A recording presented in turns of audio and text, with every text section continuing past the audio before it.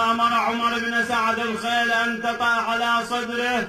يقول كنت أسمع صوت تكسر أضلاع الحسين تحت حوافر الخيل.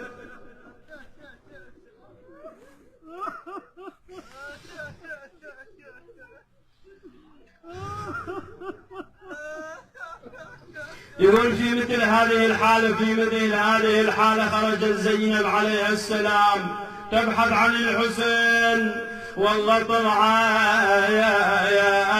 طلعت تعثر بالمشاطين وتدور على خوفها لسحقة القلب. وصلت إلى الحسين وهو بهذه الحالة مقطوع الرأس قد داسته الخيول بحوافرها. يقول جلست عند رأسه وقفت عنده أخذت تكلمه بهذه الكلمات.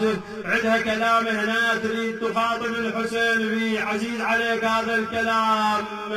تقول له يا طول كان ما ينشاف